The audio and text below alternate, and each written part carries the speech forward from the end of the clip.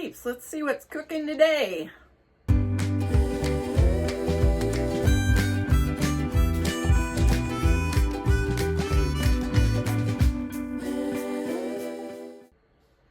Okay, we are making fake chicken pot pie.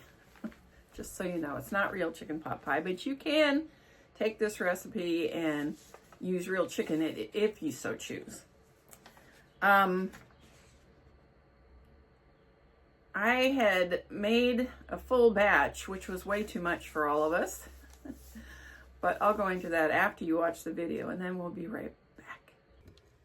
So this is going to be chicken pot pie. I have 1 3/4 cup of chicken broth here, and I always make my chicken broth out of a caged chicken seasoning because that's what I always use. And we are going to add a little bit more seasoning to it just because it's easier to put it that way. I want a 1/2 teaspoon of salt. We use raw pink Himalayan. This has a lot of minerals in it that table salt does not, and I tend to use that. And just because I like garlic, we're going to add a teaspoon of garlic here. This is garlic powder. Sometimes I put regular garlic in it, and sometimes I don't. Today we're putting garlic powder in it. So we have that, and we're going to stir it all up. And we're going to put it in this pan.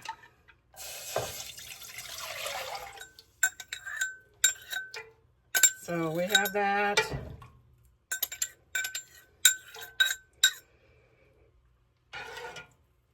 And what we're going to do is throw in, I have a 12-ounce bag of mixed vegetables. I tend to use Great Value brand. I like it. This is a 1/2 bag of Gardein chicken strips, and I forgot, you're going to want to see that, right? Gardein chicken strips, and I cut it up in bite-sized pieces because I don't want the whole strips in there, and that's what it looks like. And we're going to put that in there. And I also want a 1/2 onion. And we are going to get this cooking up to par here and boil it for just a little bit.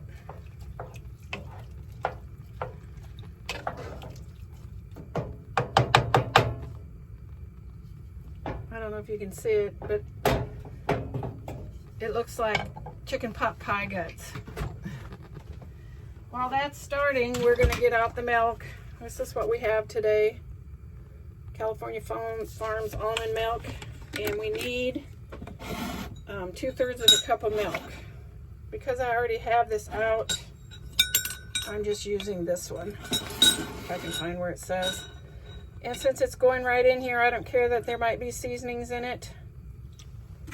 So I put 2/3 of a cup right in this container I used before.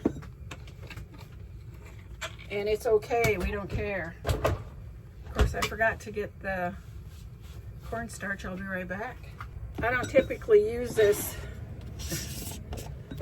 way. You know, it all goes in here. I don't get everything ready and dump it to show you. So this is always odd for me when I'm cooking to show people because it's a little bit different. So here we've got our milk.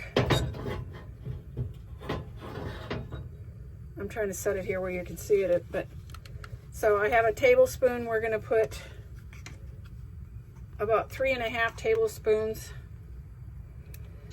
maybe 4. Let's see, we're going to do 4 today. 4 tablespoons of cornstarch because we want that to be thick. We want it to end up thick because it's going to go in a pie. And although it probably would be okay running out everywhere, I don't want it to. So we're going to do that. And I'm whisking this up in here because you always have to whisk cornstarch up into something cold. So we have milk because we want it to look if you've ever had chicken pot pie that's bought in, it looks white, sort of, more the stuff inside. And so I'm whisking it up here, and we'll put that 2/3 of a cup of milk in there just to make it, stuck that right in your way, just to make it a little bit better. So here we're gonna go, this is gonna take a little bit. I just make it till it boils for a little bit, and then we're gonna stir that milk in and boil it for just a few seconds more, and then we're gonna make the pie crust. So I'll be back, pie crust time. Okay, it is all thickened up and ready to go into the pie. Can't hardly see it, can you? But that's our guts here. I have right here, I have 2.5 cups of just all-purpose flour. We are going to make pie crust for 2 because we're going to put a top and a bottom. So I have here, I don't know if you can see, 2/3 of a cup of oil. Now I personally like canola oil. You can use whatever oil you so choose, but that's my choice. At some point in my life I read that the best oil that you can use is olive oil, which some things it leaves a flavor to that I don't care for, which pretty much that's what it would do to this, and I don't like it, so I don't do that.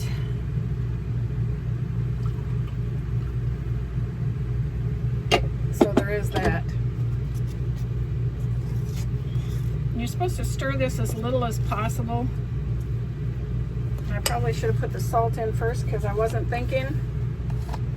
But again, I'm using my pink Himalayan. Now, pink Himalayan is not as salty as some.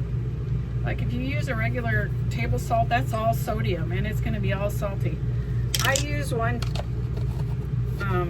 teaspoon for a double batch. But if you're using regular table salt, you might not want to do that much. And since we're doing it this way, you're not supposed to mix it that much. And then I have a 1/2 cup of water that we're going to stir in there and make us a bowl.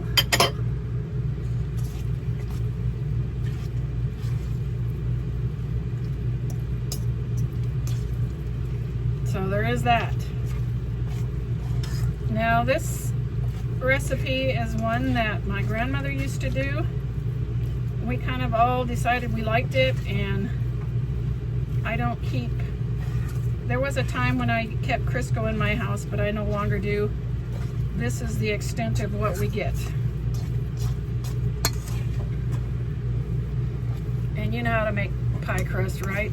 If you don't, you can always buy it. I just, like I said, there's typically lard in it, and I don't do that. Now I'm going to split this in half because we want a bottom crust and a top crust.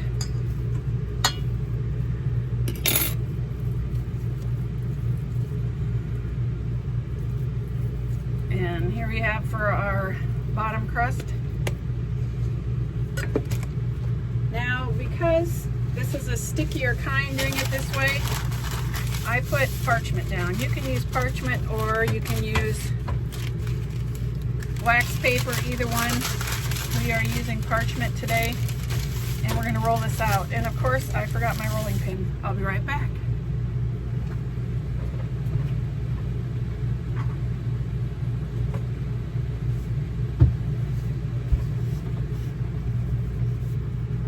I'm just forgetting everything today. There is that. So we're going to just roll it out to fit into our pie plate, because you know we're making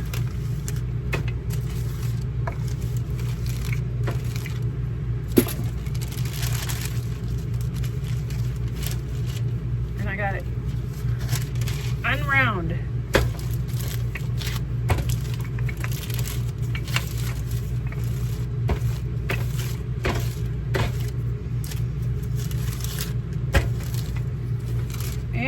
got it as round as, whoops, I didn't want to do that because see it sticks. We got it as round as our pie plate.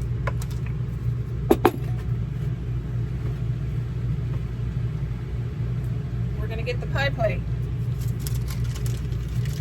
And this is why we use this, because it sticks terribly.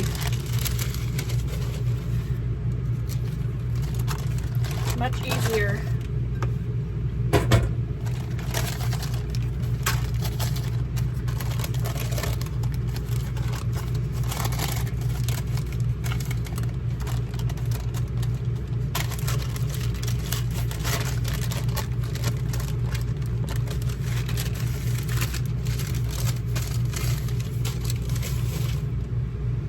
I just made a mess.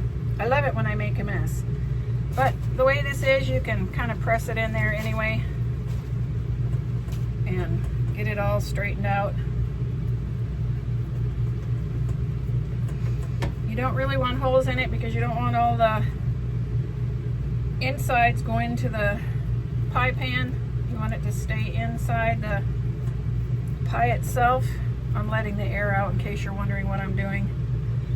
There's some air underneath the, just because of the way that I did it.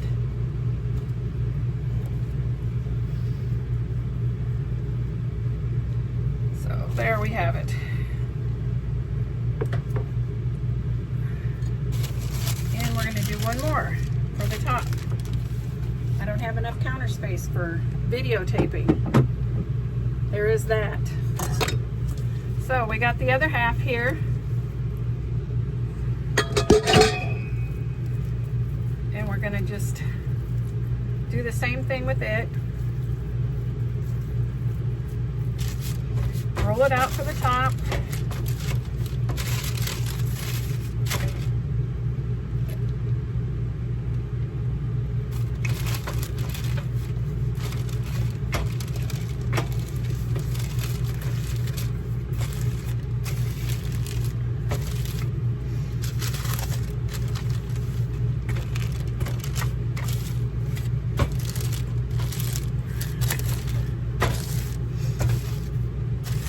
If y'all are used to making pies, you know what to do, right?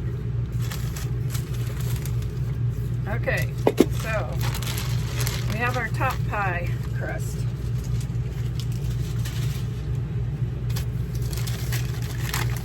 See it there? What we're going to do is we're going to take this pie plate with the bottom crust in it. We're going to dump this in it.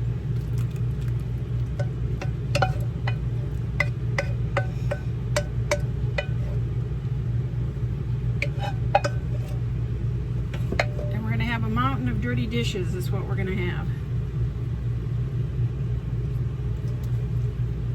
And it's overflowing. Not good. I'm taking a little bit out because I got overexcited here. Okay, so now we're going to put this other crust on top.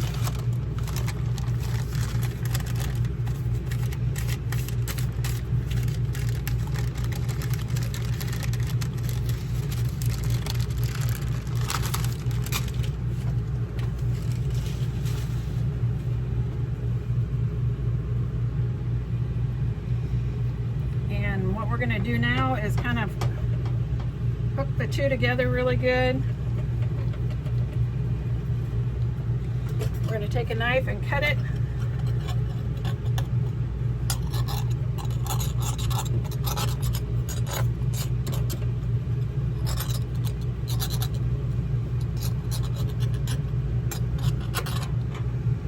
And then we're going to crimp the edges so it's got a pretty little edge on it.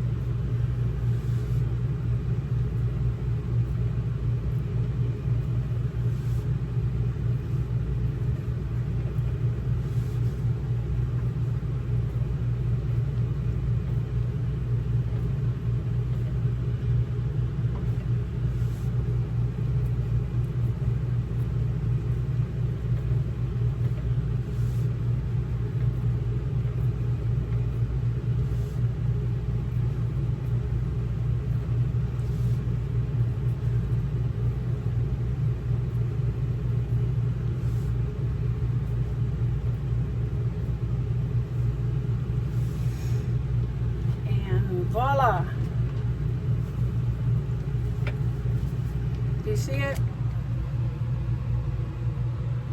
I don't know. My lighting is so good, don't you know? Now we're going to stab a couple of holes in the air vent holes in the top.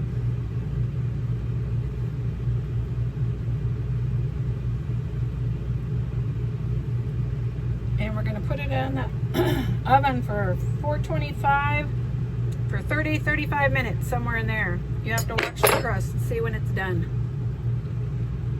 Okay, so I split the price out into 6 because usually we only have like 2 servings left, but that big pie, I cut it into 8 pieces and that half of it was left. So the next time I make it, I'll probably make a beef version so that you can see a beef version. Well, Rendo probably will before I get a chance, but she's going to get some little miniature pie plates so that I only make enough for the 4 of us. You know, like one mini pot pie instead of the whole dish. That way I can cut it down. You can't really cut it down if you don't have, the smaller pie plates. At one time, when I used to make this a lot, I had little miniature glass pie plates, but moving into the camper, I didn't have room for everything. That went. And I've kind of stayed away from making that very often because it makes a lot. But I'm going to try it again, and this time with a smaller amount because I've going to have some smaller tin pie plates. So we'll see how that goes, and then I will show you that one. And I'll try to make my other version. I do a beef sort of one, so it's similar but a little different. So we'll see. I don't know when I'll be doing that, but TMI. Okay, so the mixed veggies ran 98 cents. I used the whole 12-ounce bag, that's why. I used a half a bag of chicken, and it was $2.46. A half an onion chopped up, I kind of guess it's 31 cents. 1 3/4 cup of chicken broth. And I'm going to say 50 cents for the flavoring because I just take water and mix it myself. It's probably a little higher price than it should, but 2/3 of a cup of milk was 99 cents. I put a half a teaspoon of salt, 1 teaspoon of garlic powder, and 4 tablespoons cornstarch, and I kind of mixed that with the 50 cents because it's hard to regulate spices. Now the crust, the flour was 44 cents, the oil was $1.03, and when you add this all up, it was $6.71 for the entire pie. And I split it out into 6 ways, and so it was $1.11, but technically it went 8 ways because all 4 of us ate half of it one night, and then the next day we had it all 4 of us had it for lunch. So it's one of those things where it really should have been divvied up into 8 pieces, but TMI, right? That's it, peeps. I hope this finds you absolutely flamazing. Stay blessed. Until next time. Hey, you made it to the end. Please hit like and subscribe, and thanks for watching.